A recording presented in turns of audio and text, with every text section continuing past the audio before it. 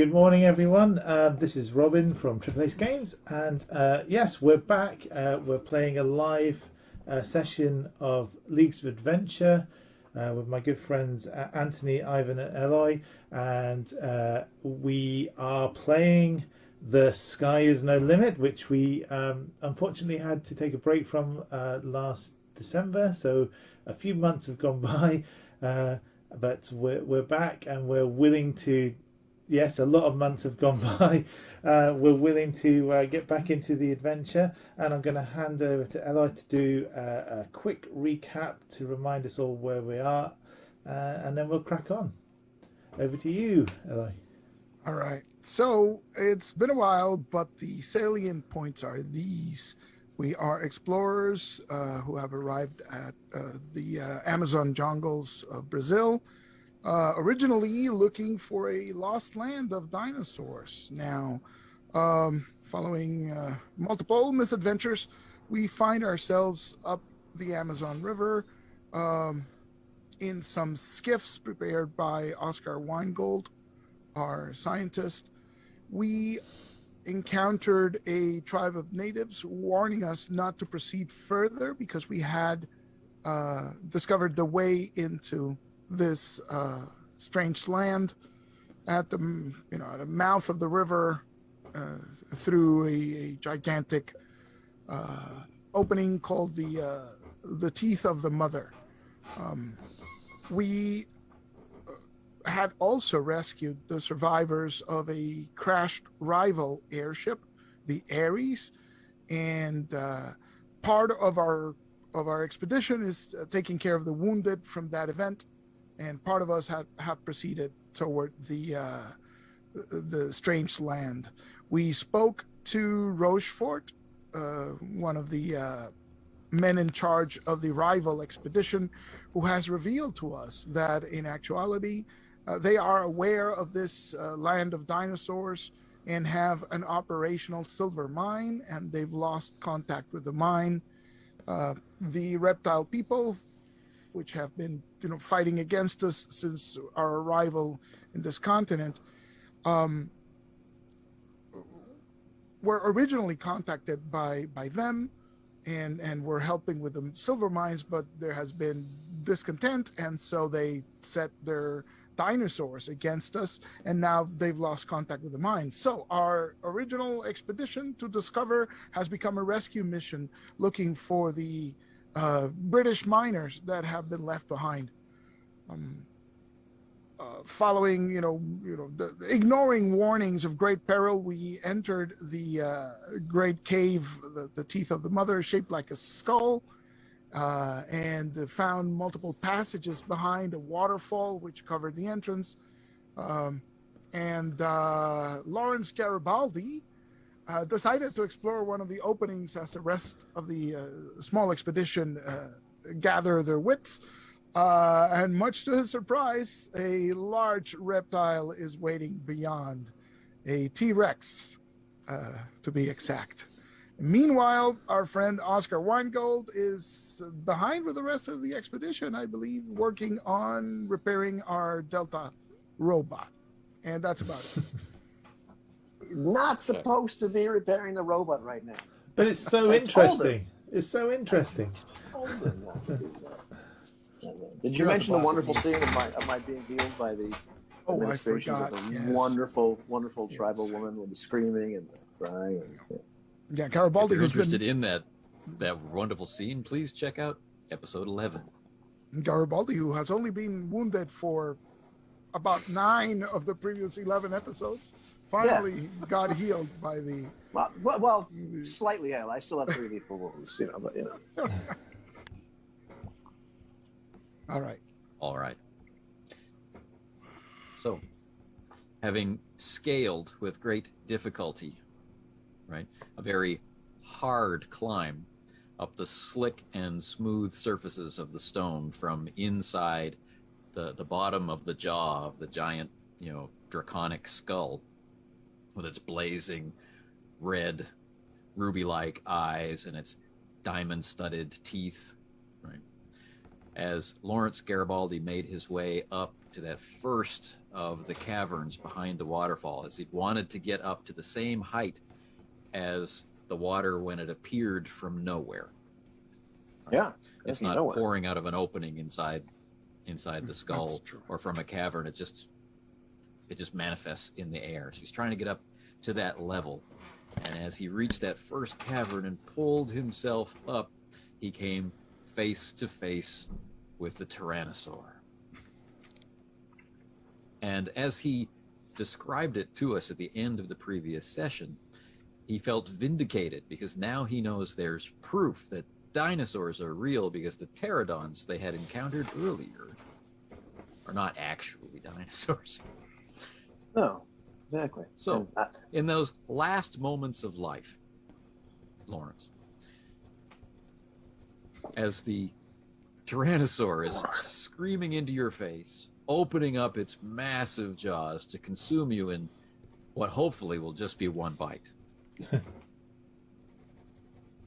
you are facing twin peril: consumption by this creature, or falling to your death from shock, horror, slipperiness, and the sheer blast of air from its lungs. So I'd like you to make a reflexive strength roll. Just double your strength. Mm-hmm. Okay, good. Reflexive strength roll. Why do I have? This is tough. It'll be tough to hang on. It'll be tough to hang on. Oh, to delay this moment just 1 second. When are we going to talk about our flaws and our motivations of these characters? Oh, you're right. We'll do that after you die. Oh, good. All right. Well, here I go. I'm grabbing everybody else's. Oh, I have 2 strength. My goodness. What did I put? Oh, I put my stuff in other things. All right. So what are we looking for? How many successes are we looking for here? How many successes is tough? Oh dear, it's 3. Okay. Yeah, 3. All right. It was hard to get up here, so it's only tough to stay up here. All right. I've got 2 style. I'm going to use them now. Now might be the time. I'm going to use them now.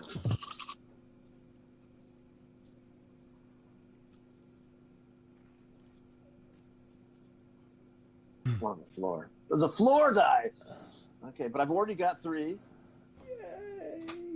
Already got 3. We're gonna Doesn't count on the floor. You have to re-roll that. I know. Got 4 successes. So I've succeeded in the hard. So I've oversucceeded. That's a simple success. Simple. I've simply succeeded. You got 1 over, right? 4 successes. Yeah. So it was tough. It was 3. So you got 1 over. You succeed. Yeah. So you It's not a minor success. It's a simple success. It's not a minor. It's a simple success. It's not a complete success. It's a simple success. All right. With instinct, right? Its eyes on either side of its massive head, are locking in on your position. Its nostrils flaring. Is it looking at you, or is it looking at the movement? Is it tracking the sound?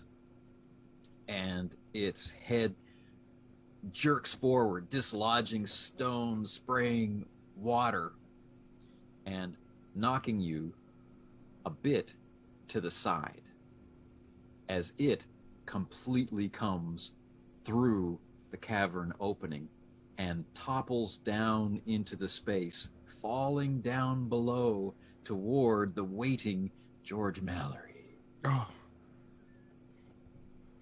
Do you hear this rumble? No. He bellowed loudly. So we're like getting weapons out. Everybody knows. Yeah.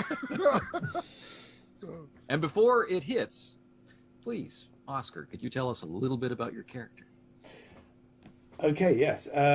So Oscar is a bit of a mad scientist type. He's part of the Royal Society and the Travellers Club, and his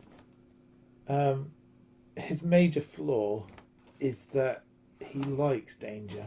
He's a bit of a danger magnet. He likes to get close, and that's probably why he's on this expedition. However, his main motivation is then to escape from the said danger as soon as he can. He's interested in all things engineering, and recently acquired a new talent, which is the Spark of Life, which gives him access to a new area of engineering about automatons and robots, which he's living creations, but madly interested in, which is why he's back in the back, taking apart. Is it Delta? Delta, yeah. Oh. Taking apart Delta, the robot. So yeah, that's Oscar Winegold. Mm. Right.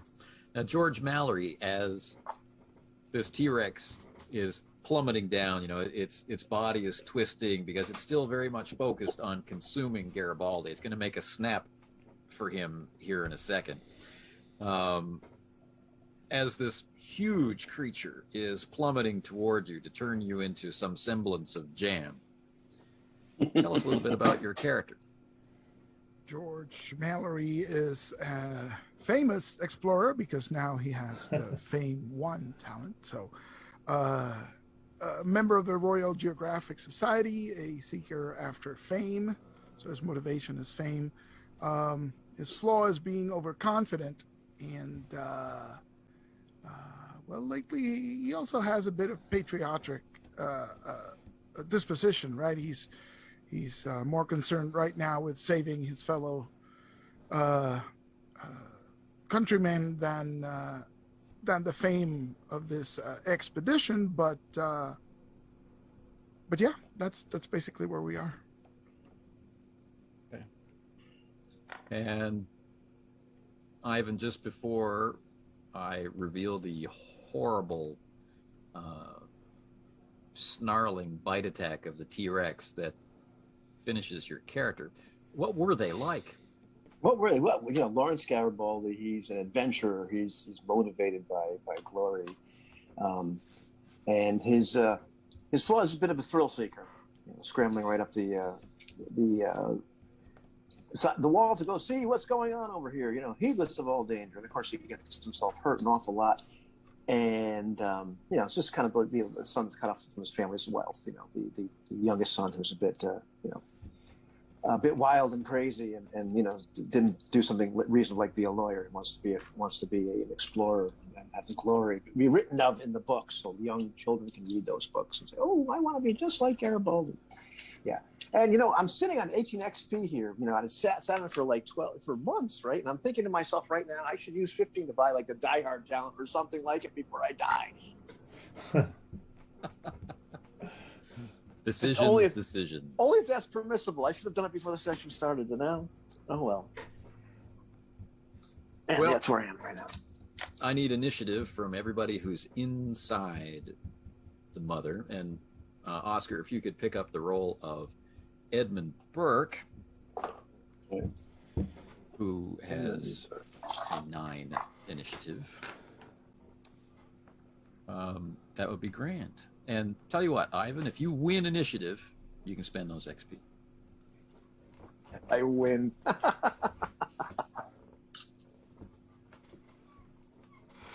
9 is quite a lot. Well, I'll tell you what, old boy. I don't know if this qualifies as winning. Wow. I want a refund, Mr. Elliott. But it's all the same color, you know. It's like They match. exactly. It's just like Well, flush, right? You got a flush. did you say blanks were going to be positives in this role, or No. No. That's awesome. So Bert got 4. 4 is nice. And 3 I see from George Mallory, and 0. Fantastic. All right, Mallory. It's obvious that despite all the weird physical world disruptions that are occurring in this cave, such as a tremendous volume of water appearing in thin air, it is still obvious that the T-Rex has nowhere to go but straight down onto your position. And as it is craning its head around to be able to swallow Garibaldi, it will be filling up the entire bottom of the cavern because it's going to land on its side. So we got to move aside, right? Is it like we need to dive or something to the? Yeah. The only way to not go before the falling creature, who isn't capable of moving, is to roll a 0. Okay. Which that was the only way to not go before the creature. Has accomplished. So, but someone has accomplished this very difficult thing. And before you make your decision of what you're going to do, Mr. Mallory, remember the last words of St. John, John St. John Smythe. As he suddenly dropped his teacup and said, "Run, run." So just saying. If you could hear that psychic cry across the void, run. So George yells out, "Look out!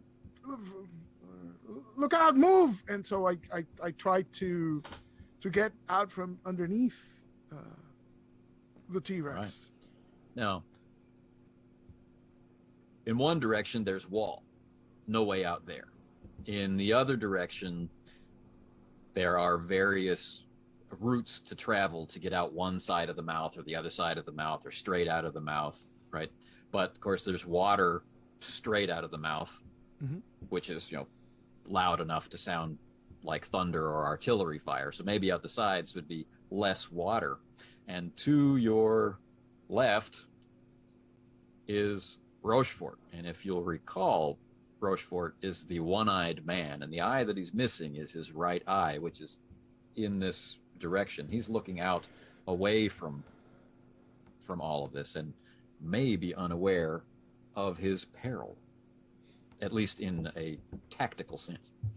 So question, getting up to the mouth through the waterfall, is the waterfall, if I go out that way, do I fall immediately in the river? Makes sense, because the water's there, right? You might be swept away. How deep is the water there? Like, is it knee deep, or is it like you have to swim? It's Amazon River deep. You'll have to swim. Yes. Okay. Yeah. I'll grab Rochefort's collar, right, and try to look out, move, and so I'll sort of drag him toward the direction of the waterfall. Okay. Yeah. Let's make this a touch attack. Okay. So using your brawl, which is a 6. Okay, here we go. And you are going up against his passive defense, right? Okay. So it's a 3. Okay, here we go. Triple ace dice. Whoa. Yeah. That 3, 4. Is that you're one a champion? 3. It was caught. Oh no! 3. I like how it settled. Just settled there. Which, of course, is no damage. Works out to 0, but is still a minor success. The two of you toppled just out of range, over one of the teeth of the mother, right? As this tremendous wave of water displaced by the T-Rex is kind of hanging above your heads, right? The water's raining down on the T-Rex and is spilling out into an umbrella. You go over the teeth and you're going to be in a moment smashed by this wave of water, but probably not the T-Rex. Okay. Yeah, I thought there was still some room to maneuver there, but hey, if we're going over the waterfall, so be it. You're going over the teeth into the water outside of the skull. Okay. Perception from Oscar, please, before we deal with the ultimate fate of Lawrence Garibaldi. Perception. The ultimate fate. 3. There is yelling, but there's always yelling. Really. That's nothing new. Well, there is an interesting kind of gearing that I'm looking at, and But the waterfall, the constant thunderous stream of the waterfall, is suddenly disrupted. okay, And a bright flash of two brilliant British uniforms suddenly come flying out between the teeth of the mother. wow. This may or may not be important. I have so many conflicts right now, but I'm kind of oh, okay. I'll come back to that in a minute. Yeah, I'll how far are they from where my position? Oh, let's say, Can I just 20, take the 20 skiff out there and try and drag them out of the water? Easy. Let's do that then. All right. So it roars to life.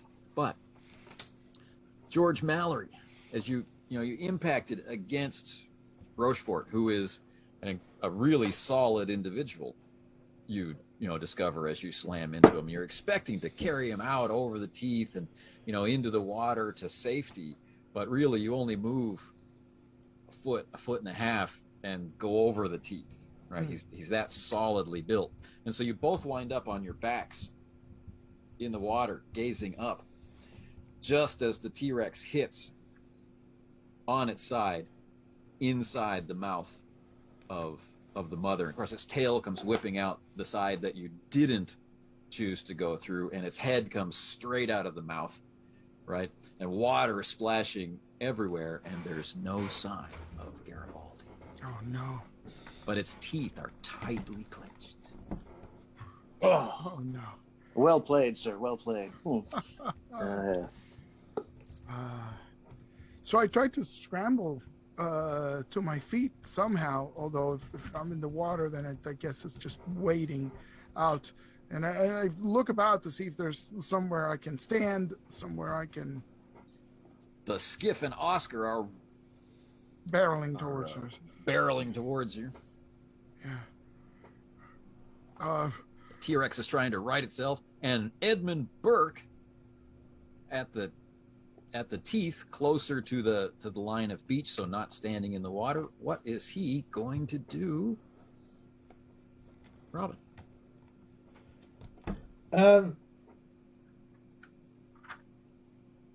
So he's just seen the two roll over the edge. The T-Rex crashes down. Has he got a weapon? Will he shoot the T-Rex? He always has a weapon. Okay, Chuck, your background, man. It says it all. Well, I haven't got it. He's right there behind you. They're right there behind you. Shoot. I'll shoot. And he has had enough time to draw it, yes, and get it ready to fire. Yeah. But it's just one shot. Wow. Would he have an idea about where to shoot that one shot? I suppose that he would probably aim for the head. You want to do a called shot to the head? Yeah, let's do that. Okay. So taking away some of his dice, that still leaves him with 11. Ooh. But I'll just say that one of the places where Garibaldi might be is inside that head. That's what I was thinking. He might be in the stomach already. But I think the best chance for Garibaldi at this point is to try and stop the T-Rex. So, it's either going to be, lunchtime, or it's going to be a miraculous survival. So I think it has to be the head. Just between the eyes. Right between the eyes. Right between the eyes. Most people don't chew there. So. Here we go. Oh! Ooh. Oh! That's an interesting roll. 1, 2, 3, 4, 5, 6, 7 of the dice are hits. Woo! Good. Lovely. That's got to be fairly good. So George and Rochefort and Anne, who's setting up the camera, right, and the clacking of the typewriter are all stunned into silence by boom, which echoes inside the cavern. I could just picture like Burke standing there, soaked in water, stood there, statuesque in appearance, with his rifle, smoke coming out at the end, big boom, as you say, echoing around the cavern. Just looking all of the hero at this point. Absolutely. Boom! And there is Icker. One of the T-Rex's eyes snuffs out. Skin is ripped off the front of its head, and it begins to thrash wildly inside and outside the jaws of the mother, inflicting damage onto itself as it comes down onto those lower diamond-encrusted teeth. But again, its thrashing is inching its way with its jaws snapping and its throat convulsively swallowing. It's moving closer toward George and Rochefort. And Oscar, because he's zipping up in the skiff, unless he changes his mind about proximity to danger. Well, Oscar will just carry on because there's still a bit of room for manoeuvre here. More danger, escape from danger. Okay. Now, in the skiff is Gamble. And working with Burke and his Batman is Proctor. Ivan, while we're waiting to discover the ultimate fate of Garibaldi, would you like to pick up one or more of those individuals? Oh, sure. Let's see. Absolutely. Sure. Oh, Procter and Gamble. All right. Johnson. No relation. No relation. No relation. Proctor is with Burke. Yeah. Okay. And Gamble is in the skiff. Okay. Well, I certainly know what Proctor's done at this point. What? The gun is shot, and anybody that looks back at Burke, to see him, will notice that Burke's standing there. His Batman is there, and Proctor, you can see his back, and you can see him running, full tilt, just into the woods, into the jungle, not down the river, just into the jungle. As he is a complete coward. Okay. He's just gone. If anybody's looking to him for help or anything like that, get me another round. No, not really. He's just gone. So there's of course Gamble in the skiff. Maybe Gamble is lowering a rope ladder, right, to help the people in the water. Maybe. I think that's ideal. And that brings us back to the top of the round with George Mallory. My options are limited because I'm in the water. How, is there some place I can stand? Is there some place I can, or just swim toward the skiff? Swim to the beach, swim to the skiff, grab onto the teeth, rise up within inches of the thrashing Tyrannosaur. Yeah, it's not a very good idea to stand that close. But if there's some solid ground I could swim to nearby, so that I could ready my rifle and prepare to fire at the Tyrannosaurus, that's what I'd like to do. All right. Well, let's see if we can make that happen with athletics. Yes. So I have a 6 in athletics. How hard is this going to be? 2, please. 2. I like the dice cam. Can I take the average, or should I just roll it? Of course you can. So I'll take the But average. if you Oh, don't take the average, of course, you have the opportunity to get to a more advantageous position. let's try it. I got my new Triple Ace dice games, so let's roll it. Woohoo! There you go. There 4. you go. All right. So scramble to nearest dry land and ready my rifle to see if I can Right. shoot this thing.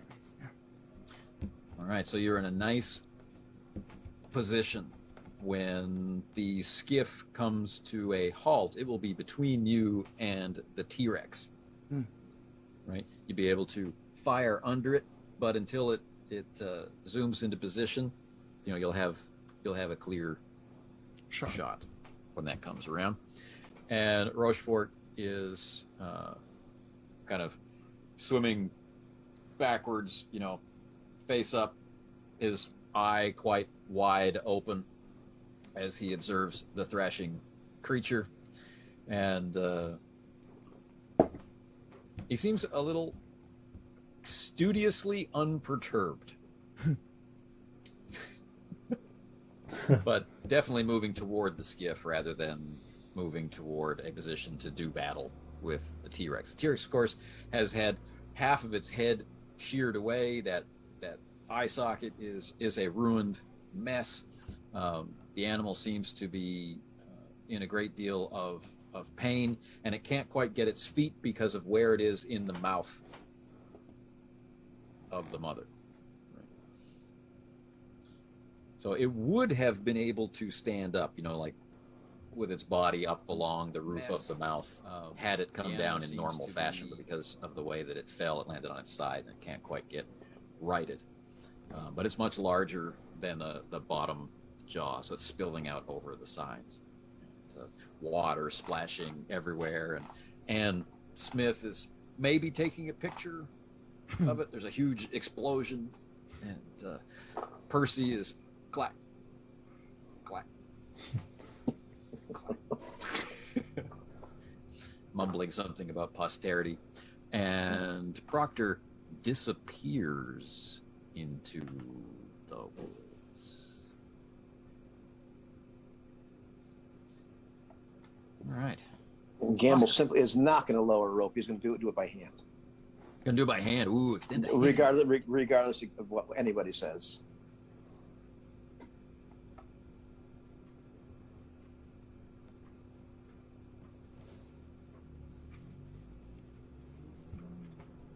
Oscar. Sorry. Yeah. So in the skiff, and I guess I kind of position the skiff in a way that maybe I can help George Mallory, but maybe I can now see the T-Rex and think maybe I should try and shoot it with. One of the soldiers says, "Ramming speed." Oh. Oh, that sounds dangerous. Go on then, let's do that. One style point for Oscar. God, this could be the end of Oscar. Get in line. Garibaldi is going first. Yeah. So I'm a bit rusty, but I think pilot Yep. to do this. You know. Right then. Ooh, I rolled 6 dice. I have 5 successes. Whoa. Whoa. Smoking hot. Oh yeah. You're going to use up all the charges and then perish Yeah, at the end of the episode. You're going to sell me those dice afterwards, right? Because these dice are defective. Well, All right. I'm using all for 1 dice, so I don't know if that makes a difference because they seem to be rolling well tonight. All for one and one for all. Indeed. So It's I'll the other sign on Ivan's dice that's messing things up. That's right. There you go. So you've got 5 successes. Awesome. I put the bad juju on those dice. So yeah, I'll try and get as maximum power out of the skiff, ramming getting it to a ramming speed. Excellent. So pull a few levers, trim the power to maximum, and Okay. line myself So the up. soldier had said, ramming speed, sir, and Oscar agrees, and that crackling thrum of energy from the power plant as the skiff really begins to rocket up in speed, and the soldiers in the skiff dive out. Maybe they know something you don't know. Right. Cowards. Poor Gamble's in the front, leaning out, extending a hand toward George Mallory, I guess, was the only one standing up,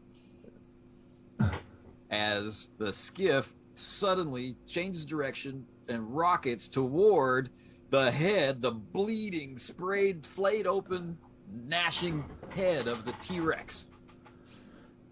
And So the first thing that's going to hit is Gamble. So here's the thing. Gamble is like the spike on the front of the boat.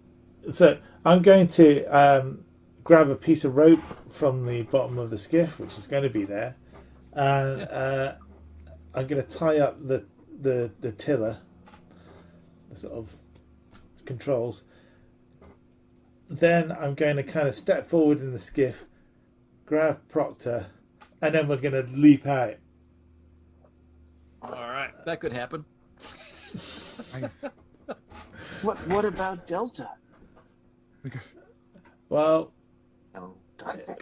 Because at this point, Proctor's looking at or Tyrannosaurus Gamble, resigned to his fate, right? So he just straightens his shirt, Stubborn. goes like this. Awesome. Style. I sort of grab him by the scruff of his neck, and as I leap over the side, I try and reach for Delta at the same time. Just one more. Give me an gear. athletics check. Well, here's the thing. Give me an athletics check if you Here's can. the thing. Here's the thing. I don't actually have any I don't have any athletics. But Then I won't bother with my long-winded explanation. Just let me know what you get when you roll. So just remind me, if I don't have the skill, it's basically going -2. be -2 on my Attribute, which in this case is strength. strength. Okay, so my strength is 2. Excellent. So you're in the boat, Proctor's in the boat, and so is Delta in the boat as the boat slams into the bloody ruin of the eye socket of the T-Rex and explodes.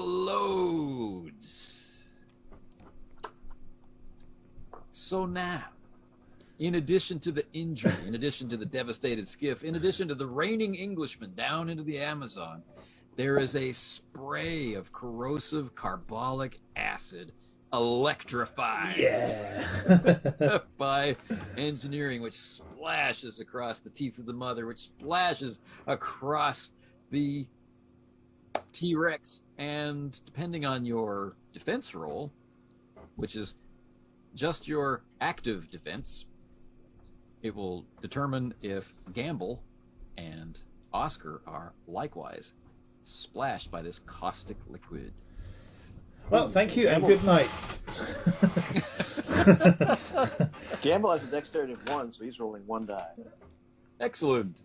he has 3 style if he needs it. So just Sorry, so you want me to roll defense roll at this point? Yes, just your dexterity, your active defense. Dexterity. So 3. Gamble, roll. I have 3 dexterity. This might be a time to spend a style point or 2.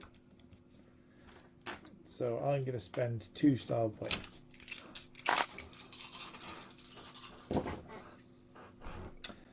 Three successes.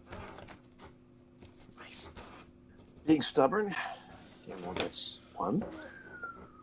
Let's see. Stands there stoically. Face melted by acid. Right on. Yes. Proctor. Or not Proctor. Gamble. So a gamble, yes. Takes 2 lethal wounds, his clothes searing off, his flesh bubbling. Oscar has a Gamble-shaped unblemished, perfectly pink, naturally healthy skin as he hits the water, as Gamble then hits the water, and splinters of skiff come raining down all around them. And of course, Rochefort is just kind of, doing whatever the backstroke, calmly as they come splashing into the water, and he just says, "Good show."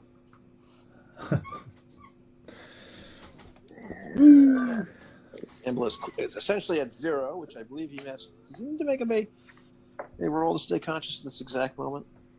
Or is it only at negative? Always get that wrong. 0 is once you get to the negatives, you need to make the stability check. Okay, good. I thought, just double check. George Mallory. Well, see, Everybody that isn't you has acted again, so it's time. You've got your guns ready. There's splinters and boards and seats and seat cushions and unexplained bits of electronics, or not electronics, of gearing raining down all around you. Oscar just hit the muddy water, and a screaming, searing, sizzling Gamble chased him down into the water. Despite this chaos and splinters falling, raining down from the sky, and water splashing and carbolic acid flying, George calmly finally levels up the elephant gun, taking careful aim at the Tyrannosaurus, confident that, if Garibaldi is in the Tyrannosaurus, it's not in the head anymore. So I will do a cold shot to the Tyrannosaurus's head, which I believe... I'm taking away 4 of your dice for this. But I have the accuracy talent, which gives me 2 of those dice back. So I am rolling 9 dice. Because, remind me, the aim action just consumes your entire yes. action. No, no, let's not aim. Let's fire. No delay. No delay. That's a total of 9 dice. Here we go. 1, 2, 3, 4, 5 successes. Oh, all right. All right. Boosh. That is. Now, you're very familiar with the head of a T-Rex. I believe you've seen one as a child. Maybe not covered in flesh. But could you describe for me the effect of your bullet as it ends the life of this monstrous creature? Well, having seen half of the face blown up by Burke, right? I take aim at the other eye, thinking, well, if I can't kill it, I might as well incapacitate it. But I and it has this big spar in it from the center of the skiff. Like the keel of the skiff is smashed into its skull. So I time it as it sort of thrashes and manage to drive the large bore bullet of the elephant gun. Just goes right through the eye and into the little tiny Tyrannosaurus brain. About the size of the bullet, I would guess. But okay, so it thrashes a moment and then goes still, and there's just the sound of the carbolic acid as the engine unit followed that keel spar all the way down into the Tyrannosaurus head, and the acid is eating away at the skin, and so you can hear that sizzling and bubbling as it lies there. So I try to, I dash off immediately toward the teeth, see if I can clamber up and see if, what's happened to Garibaldi. Oh, the teeth of the mother or the teeth of the T-Rex? The teeth of the mother, because I need to get to the T-Rex, but I... All right. So there it is. It's lying there. The top of its head is melted and sheared away. Its jaws are clamped shut tight, and it's lying at an unusual angle. It's got its little arms all curled up. Its huge back legs have actually smashed away some of the stone of the teeth on the other side of the jaw, and so glittering diamond dust is floating off down the Amazon as you get up there. and no other sound other than the reloading of Edmund Burke's massive weapon is echoing inside the chamber. So I yell out, Garibaldi, trying to make it over the sound of the waterfall as I poke the jaw of the Tyrannosaurus with my rifle, seeing, is it really dead? Is it? As you make contact with the Tyrannosaur with your rifle, your hair stands on end. Ooh. And you feel an incredible lightness of being. Wow. You might not be standing on solid ground anymore. Yes, because of the weird transdimensional effect with the water. Oh no. Oh no.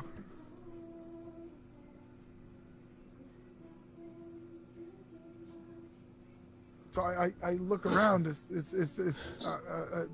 the rifle still poking the Tyrannosaurus, or is it going through the Tyrannosaurus? Yes, although it seems like your arms are slightly more extended than they were just a moment ago. And yes, it's true. Your feet are no longer touching the stone tongue. They're almost rising up out of the water. Oh no. So I tried to scramble inside to stay with the Tyrannosaurus. All right. Get myself out of the threshold and into the mouth itself. Okay. This, although you might think it would be dexterity related, is actually strength. Strength. You give me a reflexive strength check at double your strength. Strength.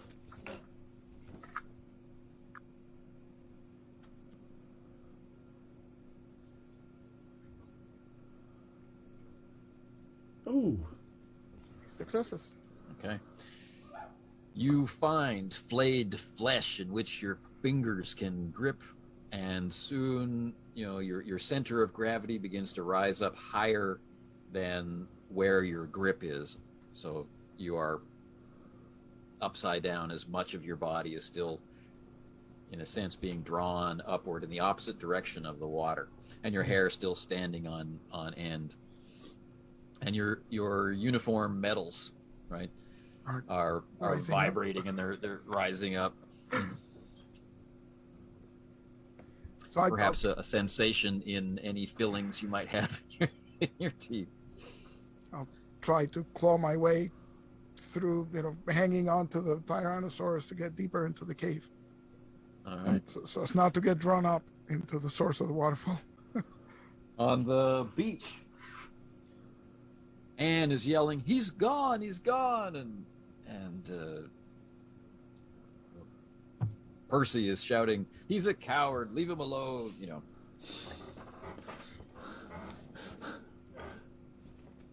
Rochefort is still just doing the backstroke. But Oscar, you are perfectly placed in the water near the drowning Gamble to see the floating George Mallory and the stoic, heroic Edmund Burke. Cool. Who is maybe not aware that he too is not actually standing on the ground, right? But he's surrounded in a light blue-green nimbus, and as he's gently lifting up off of the ground. Weird. Inside the mouth of the mother. That's so great. That's typical Winegold. Weird. Weird. Teeth. Maybe it's the teeth, because the Tyrannosaur wrecked part of the teeth, and that's destabilizing our dimensional thingy portal. Well, should we? I should probably rescue Gamble from drowning. Pull him out. Okay, so you're headed to the beach? Or... Yeah, to the beach. So where's the T-Rex now? Is that? So the T-Rex is draped across the lower teeth through the open mouth of the draconic skull, right? Water splashing all around him. Mallory's basically on top of it, hanging on. not for dear life, but hanging on as his body is rising up as if he were coated in anti-gravity paint. Burke himself is rising up. But we're off not the getting ground. that. We're not getting that You're effect. not getting when that sensation. You're outside Yeah. the skull, and in the Amazon, pretty close to the beach. And the soldiers who bailed out of the skiff before, they're swimming and stumbling their way toward the beach. So do we believe that Garibaldi is gone? Is he? There's no sign of Lawrence Garibaldi, unless someone wants to do surgery. That's the next step, but I need to get on my feet first. I think I'll try and gather everybody to the beach, and we'll try and make our way up to the mouth. Okay. That's the plan. Oscar, you remember that Proctor fled, coward that he is, Yeah. right? And Percy and Anne are arguing about it, and they're gesticulating wildly, and you can clearly see his broadly spaced running footprints in the sand of the beach. And they simply disappear. He never made it to the tree line. Oh. Well, that's definitely weird. That's where the point of style. Absolute chaos, mayhem, death. Oh, that's strange. Oh, and George Mallory for bringing down the T-Rex is a point of style. Yay.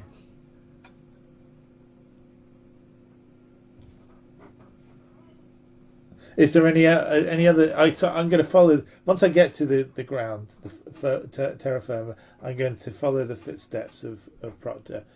Is there anything else? Obviously, I get to the point where there's just no further footsteps. Right.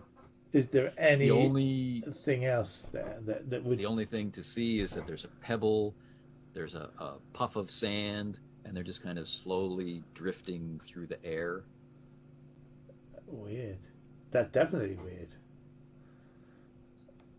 And Alpha and Beta, right, Oh, yeah. finally reach the edge of the water, and they slowly salute.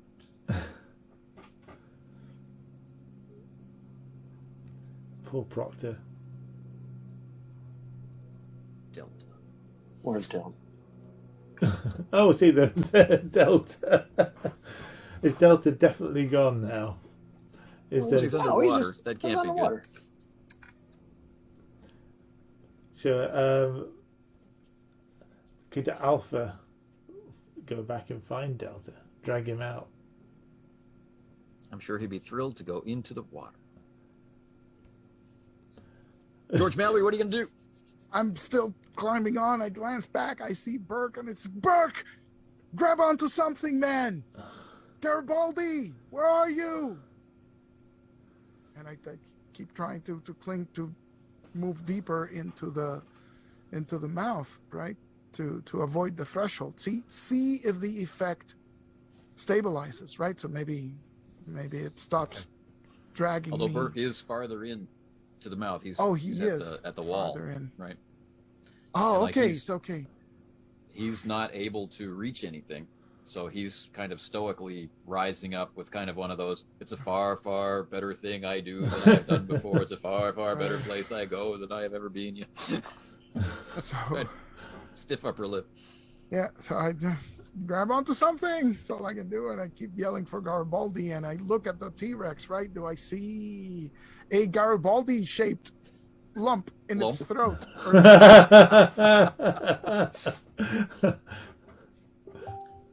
Well, I can't grant you instant expert status on lump shapes in dead, mauled, maimed T-Rexes. So you'll have to get up close and personal with them while dangling upside down in this reverse gravity situation. Yeah. Okay, so I'll try to, since I'm already clinging on to it, right? Just like move toward the region of the neck and the jaw, and see if I can, touch the side and grabbing the skin of the throat, see if I can feel something, or look at inside the mouth or something. Hanging upside down. This is going to be difficult. It will require a feat of strength. Yes, it will. So Although those muscles don't have any kind of reflexive reaction to like electricity and carbolic acid. Don't want those jaw muscles to twitch accidentally. Is that double the strength pool or? Yes. Okay. Just double your strength. Aha! Ooh, smoking. I told you those Intense. dice today. Intense concern for Garibaldi is, What kind of dice you got there? Break out those awful one dice. Well, almost as a revenge for all tiny mammalian creatures who have the life stomped or chewed out of them by this T-Rex in the primordial days, pry its jaws open, and its tongue lolls out, revealing its tiny and constricted throat in death. Although tiny is a matter of Relative scale, term, you could probably yes. climb in there. Yeah. No sign of Garibaldi. No shoe stuck to a molar. tooth. Yeah. Yeah. No ripped shirt to one of the teeth, or And this is when Phillips, climbing out from under the tail, right, bedraggled, half smashed. I can't believe I got free, but then he understands why he was able to get free. It's because the T-Rex itself is slowly floating up the waterfall. Phillips, As have you George seen? Mallory's between its jaws like Samson. Have you seen Garibaldi? No! Throw me your hand, man! But he's too far down. You're on top of the T-Rex, and he's on his knees, having been smashed by the tail and the hip. Oh, He's no. got his hands up, saying, "Mr. Mallory." so the T-Rex is now also Beginning to moving float. up, beginning to float. Wow. Yeah. Another weird thing for Oscar to witness from down the beach. I can't believe my eyes. We're having all this concern, and Garibaldi's probably still just clinging to the side of the wall. And suddenly, as it had appeared, the T-Rex, George Mallory, Edmund Burke, gone. And the beach and the teeth of the mother become silent, except for the roar of the waterfall. So the waterfall is still there. Okay. Oscar, what do you think about that? Curious. Very, very curious.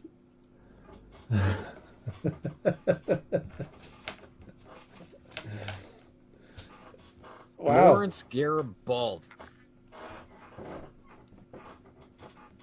is baking in the hot sun under a greenish sky, surrounded by black basalt mountains, lying on an obsidian sheet of smooth surfaced ground.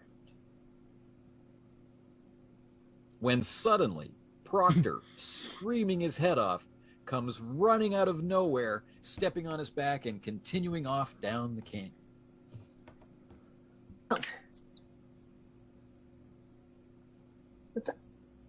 Proctor, is that you? What? Where the hell am I? And then, for a moment, as if a cloud passing over the sun, very small, white-hot, burning sun,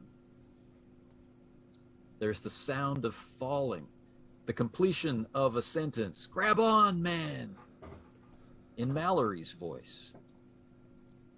And Burke's voice saying, "There's nothing to grab onto. We're just falling onto those black rocks." But around you is spreading a shadow, Lawrence Garibaldi. There's a T-Rex falling through the air. Son of a... Towards He's going to crawl, try to get up, stand up, the whole, just like shambling, trying to get Athletics, please. out under there. Oh, goody. Thank goodness. Or your move, All right. whichever is higher. Athletics or Oh, no, move, athletics. whichever's higher. Athletics is higher, actually. I'm telling you right now. Yeah, roll the same dice, That's just the roll very same dice. definition of insanity, isn't it? No, that was a fluke.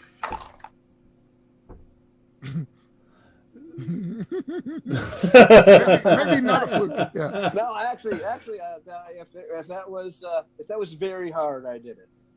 Hey, right on. It's awesome. 5 on 7 dice, yes. So I'm like Yeah, just no. scrambling, not really stand up, like, oh God, trying to get out of the way of this falling lizard. George Mallory, you found Garibaldi. As you impact onto the top of the T-Rex, as gravity returns to normal and everything else becomes alien. Yes. You can see Proctor and Lawrence Garibaldi running down an obsidian canyon under a greenish sky and a white sun. So we hit the ground, right? On top of the... Yeah.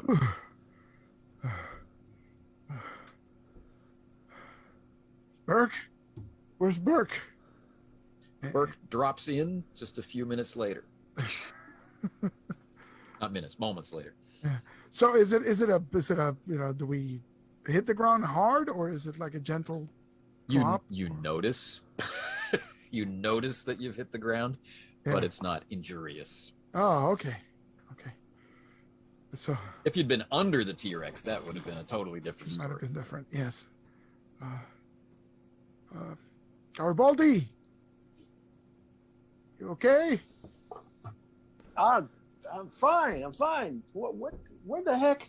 What the heck is going on, man? This is remarkable. Proctor, stop? Where are you going, Proctor?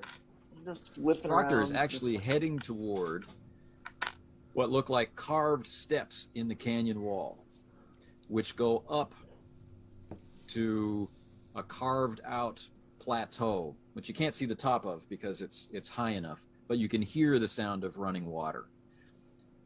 And your eyes begin to pick out details that there's like an aqueduct running near to where Garibaldi and the T-Rex hit. But the aqueduct itself has no obvious terminus. But there is the definite sound of water rushing at speed.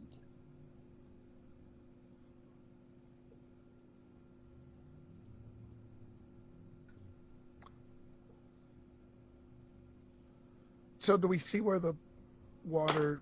I look downstream, right, of the water torrent, looking to see if it ends in midair or if it goes underground.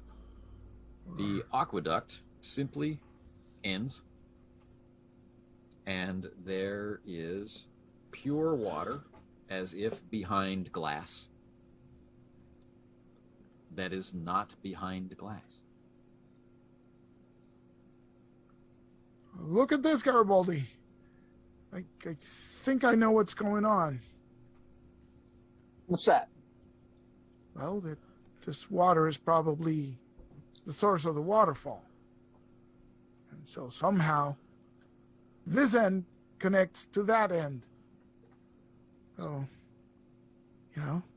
Right, but This aqueduct is roughly like 3 meters wide and at least a meter deep. So maybe this dinosaur will serve as a marking spot. And that's probably the way back. And I point to downstream, right? If we follow it downstream, we might be able to return. I guess. Proctor's And just how a the hell did we small get little here? dot in the distance now.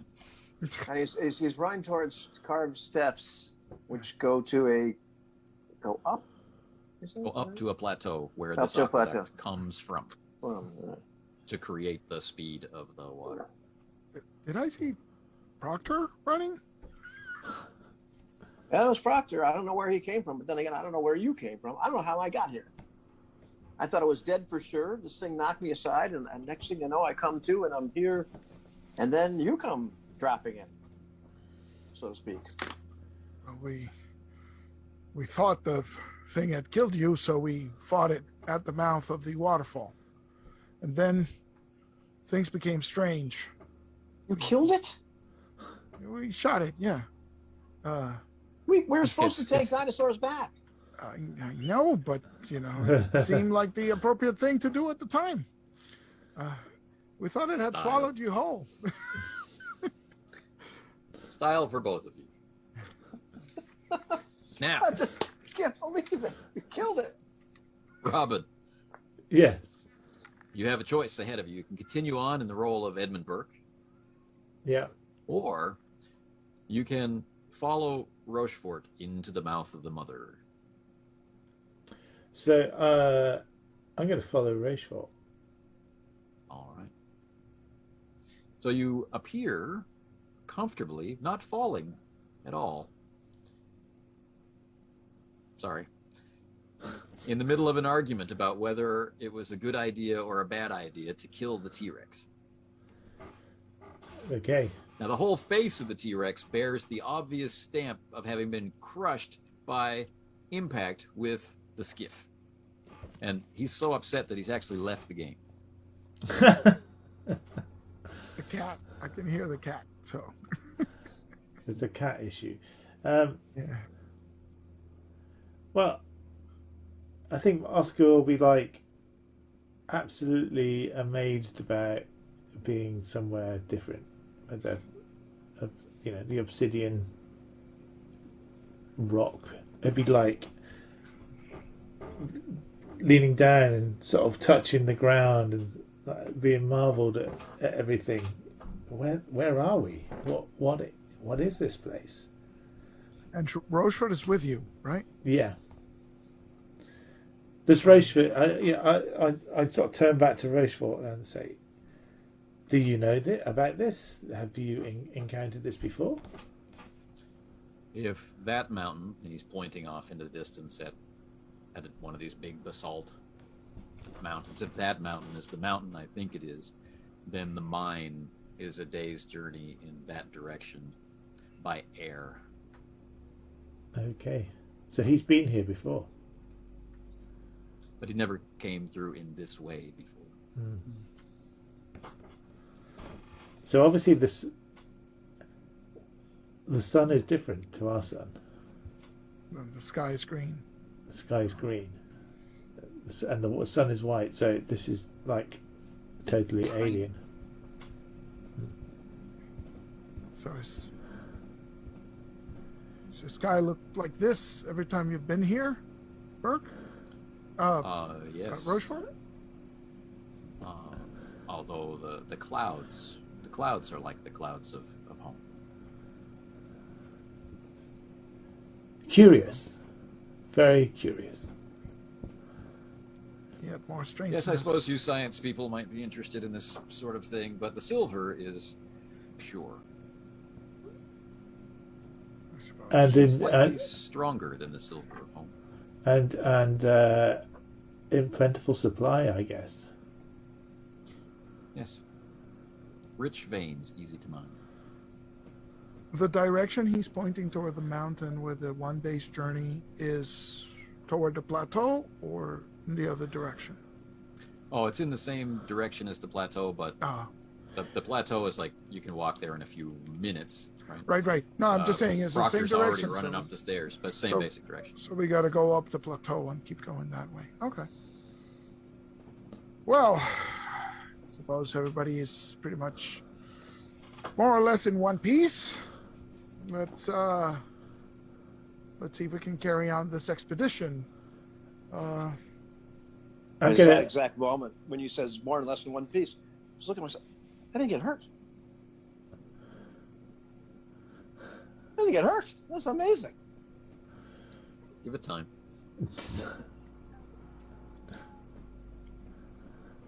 Now, one problem that expeditions have faced here before, although not any expedition of which I was a part, is difficulty ascertaining direction. It's said, although I have not witnessed this myself, I haven't stayed long enough, that the sun does not move. Strange. Weird. It is odd. Well, we've no compasses in any case.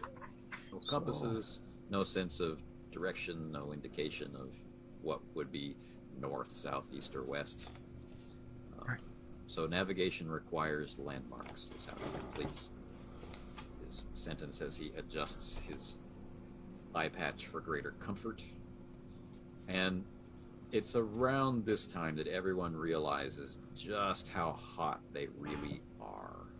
So it's not the damp, ever-present humidity of the jungle at a relatively tolerable temperature, right? This is over 40 Celsius, and I'm not really sure, 90 That's something hot. in Fahrenheit, you know. Sounds no, hot. That's hot. That's bad. Yeah, that's bad. And you know that it's that dry heat, but it's that dry heat that leaches the moisture right out of you. You're already feeling your tongue start to swell a little bit. 104. That's pretty bad. Yes. 104. Wow.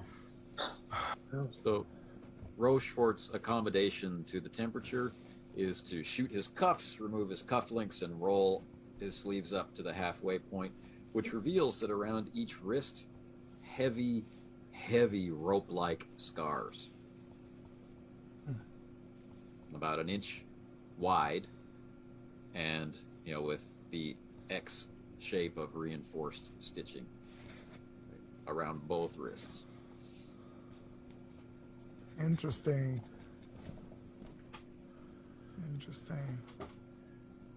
It's quite a pair of scars you got there, Rochefort. Must have been some battle. Well, maybe I'll tell you about it if we survive. Fair enough. All right, everyone. Might as well take advantage of this water. And I, plunge a handkerchief on it and, sort of swab my back and,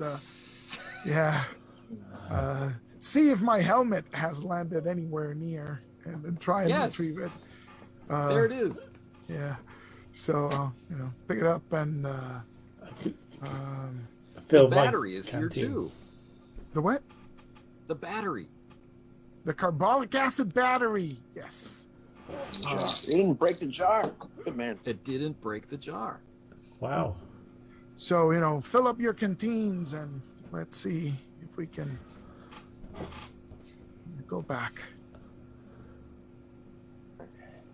And distantly, echoing off the stone, you can hear Proctor's voice saying, "Where the hell am I?" I think we all feel that sentiment. Let's go save him, and then we'll go save everybody else. Trudging in that direction.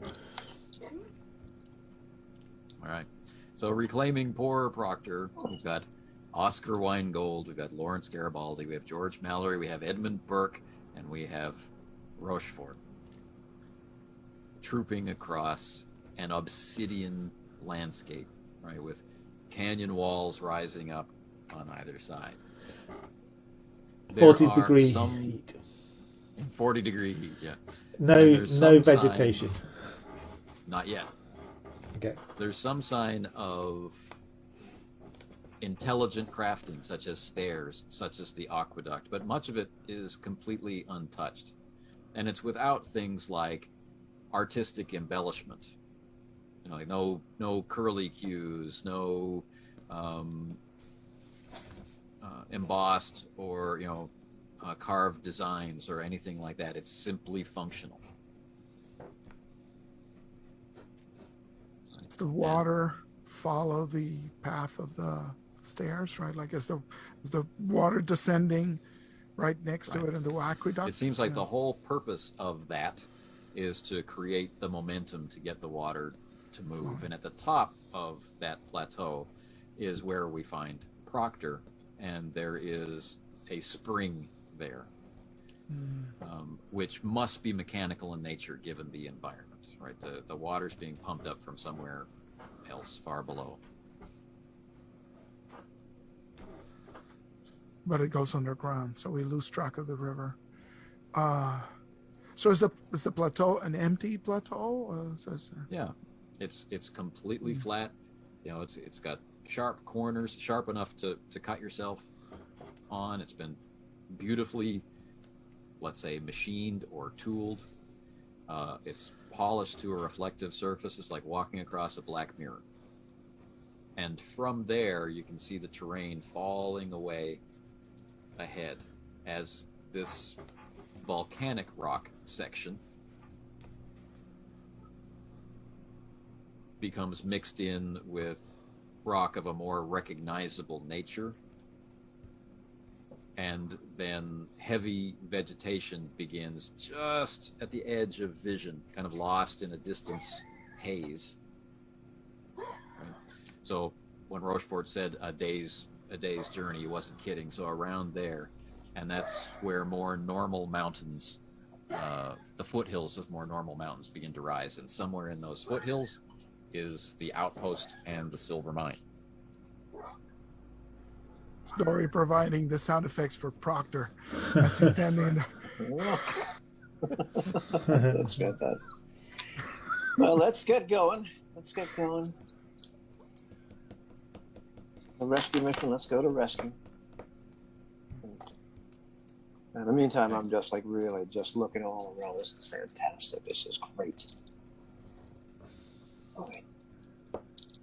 Can't believe that Smith and Percy are here to document all this. I'll have to tell them all about this afterwards. This is breaking new ground. Now, Burke is without his Batman, but he is the first to spot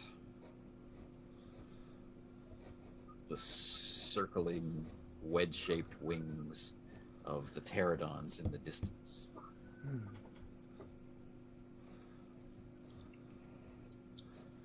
Look at that. Does it look like they have riders, Burke? I don't think so. Wish we had Smith with us. Boy, I almost got crushed by that. Oh, I don't know that. I wish we had him with us. Damn it. You should have brought him. He is a sharp-eyed lad. That's right. And by the way, Mallory, what a fantastic shot.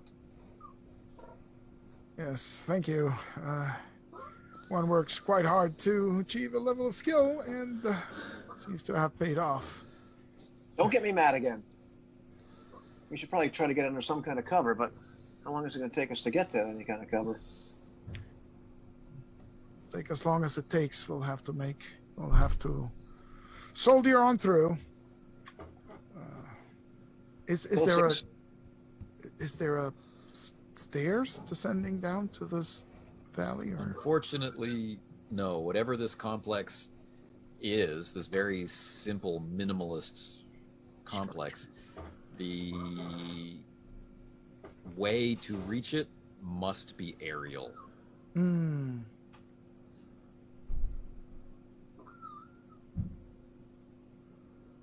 Still want those things to spot us. That's the thing. That's why I'd like to get under cover, fellas, but if we run, we'll pass out. So we'll trudge on like... I take it, if there's no movement in the sun, it never gets dark. That might explain the heat. So how do we get down from this plateau? Down there. Well, I assume, says Rochefort, that we will climb and we'll become acquainted with the free-flowing sight of our own blood on these rocks. I was afraid you'd say that. Is he always this positive? Professor, weeks. do you have any more of that anti-gravity paint? That's a question. Might be worth. Well, I think that's a no.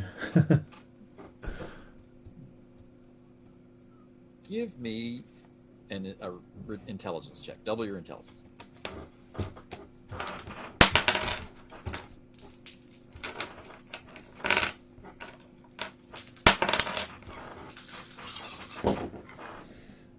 Five successes Successes?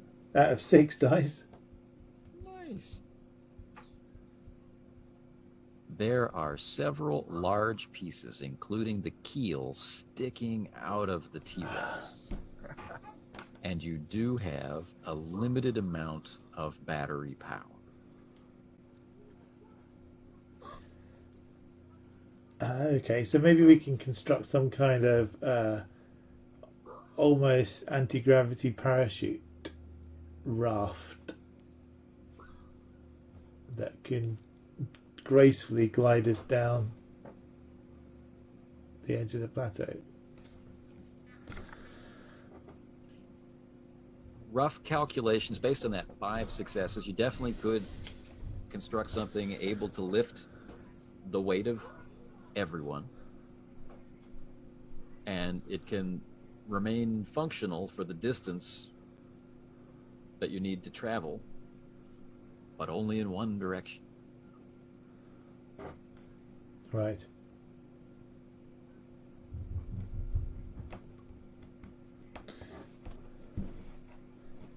Well, that's got to be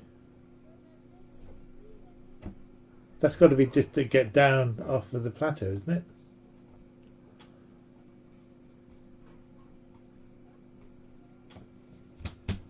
What do people? Or back up to the plateau. Oh, back up to. Oh, yes.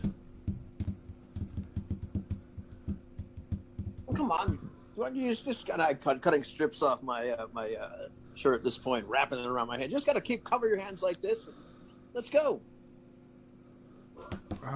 Prevent yourself from cutting yourself on that as obsidian. It's really sharp. And just... Professor ready to do a climb of this magnitude?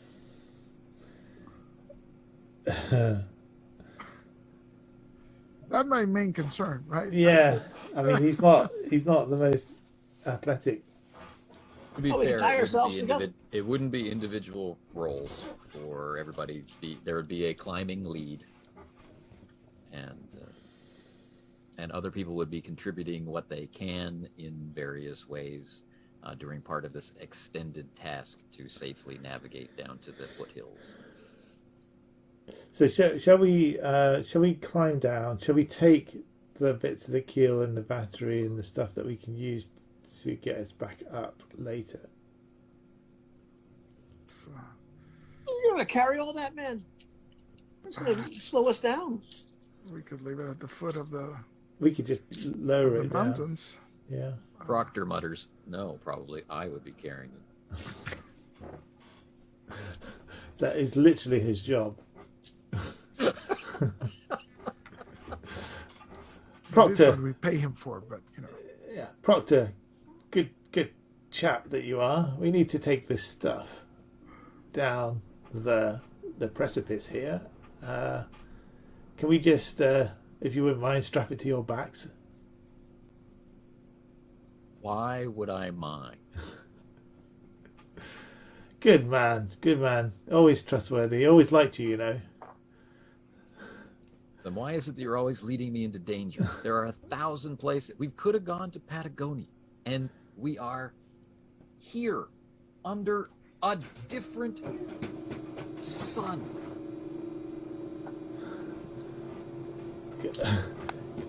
Come on, chum. We've been through worse times than this. When?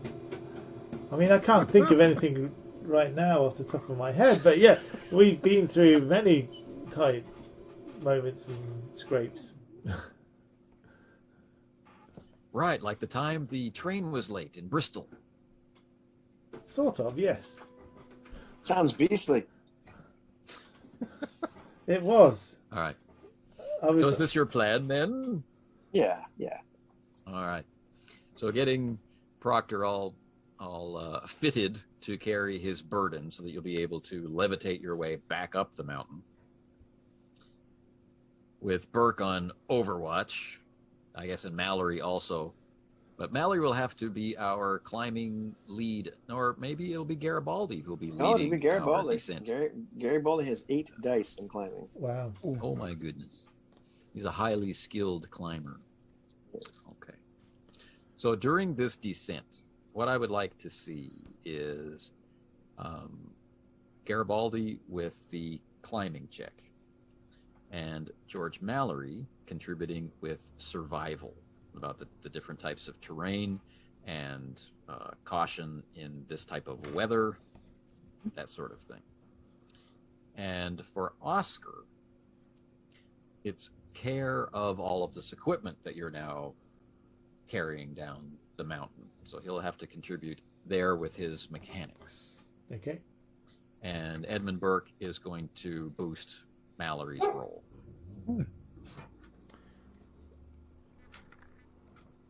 All right.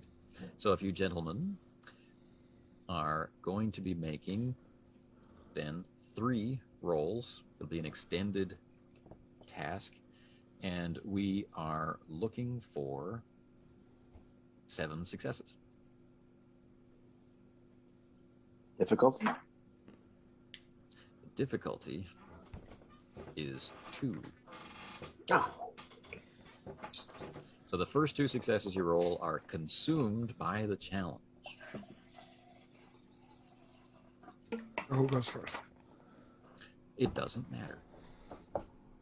Okay, so But- If the climbing part fails, then I'll be rolling damage. And if the survival part fails, I'll be providing damage. And if the transporting stuff fails, I'll be damaging the transported stuff. So my role in it all is very consistent. It's your contribution that varies. All right. Well, So perhaps I should just take goes the. first. Perhaps I should take the average each time, and just take the 2 successes. That would leave you at 0 and contributing nothing. Oh well, I mean, I would have 4 every time. Oh, right. You have 8 Yeah. dice. That would be 4. Yes. Yes, you could do that. That would be 2. Perhaps- You'd contribute 2, and they would have to contribute 5 between them.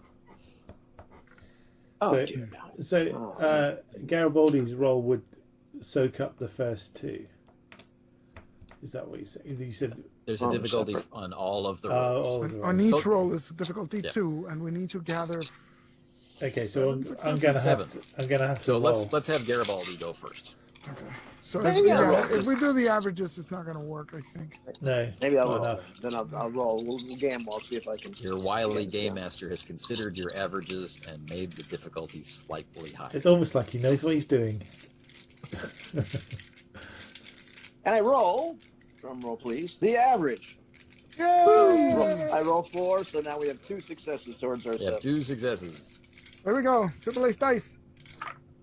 Oh! Nice, yes! Holy smokes! Don't step on that rock. No, not that rock. No, that'll slice your foot in half. No.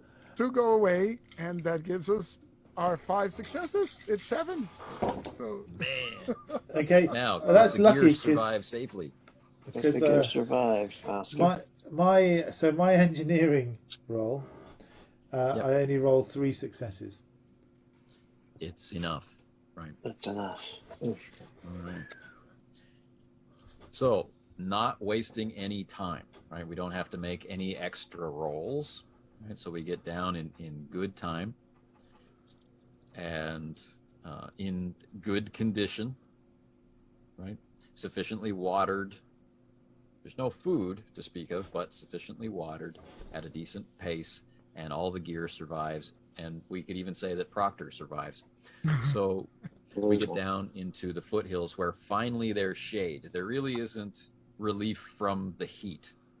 but there is relief from the direct rays of the sun, and there's moisture. There are these barrel-shaped plants, not a similar shape to like a watermelon kind of cactus sort of look to it, although it's much darker, more purplish coloration. But it has a fairly good scent, like almost a minty scent to it.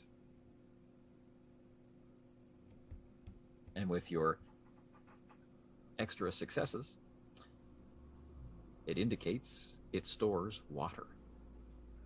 Ooh. And the rind is not poisonous. Although it would be kind of like eating aloe. Sustenance is sustenance. At least we have some provisions. So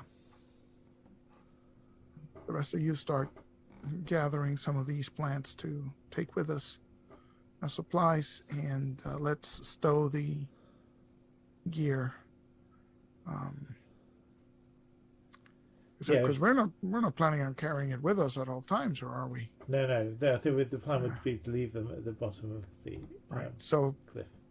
I'll try to hide them and then place markers, right? Like rock markers, make a little formation indicating where it is. Start marking trees with my knife to sort of mark our location. Right. And so as that operation is complete, as you create your little cache of your escape plan, Burke and Rochefort point back up the mountain to the plateau and say, I think someone has made a discovery. And a wing of pterodon riders come swooping down over the edge toward your location, right, hugging the side of the mountain. And they pull up at the last minute, releasing a wide and spinning net, which descends towards you, and we fade to black in this installment of episode 12 of The sky is no limit. Oh, we Man, they forgot. suck at We that. forgot. Yeah, we forgot. St. John Smythe waking up didn't at forget. the hotel. Oh, Somewhere, possibly in another world, in the port city of Balim, the shaking body racked by fever, dry, parched brow of John St. John Smythe, the doctor at his side, holding his hand, checking his pulse, right? The waitstaff at the door saying, "Oh, will he be all right?" He rasps through his parched throat. He says, the sun. The sun. The sun. Ah, fantastic. Oscars so- all around. Have you shown up? yes. Oh, I'm yes. Yes. You may have a point for so doing. Hmm. Did you experience any peril? Yes. Oh, yeah. There's much peril. I think much peril. Okay. Have you learned anything? Ooh. I think I figured out at least, that there's the portal with the waterfall. Right. I mean, I think I learned that. I didn't actually test it, but I'm hoping that's the Well, we learned. that's the way back. Yeah, we learned there's a portal. I saw people disappear, and then went through myself. So I would have figured out that that's definitely a portal of some description. And all that was required was walking in. So Yeah. maybe it works that way to get home. Yeah. We also learned that T-Rexes are pretty deadly. It was a nasty series of attacks that you delivered. added. Yes. I learned Winegold is really, really brutal to his men. But what his idea of danger and it's like being late for the train. You know, this is on an equal footing. The train's late. Thing is, he's not brutal to his men. He's just English about it. You know. Right. Exactly. No. Yeah.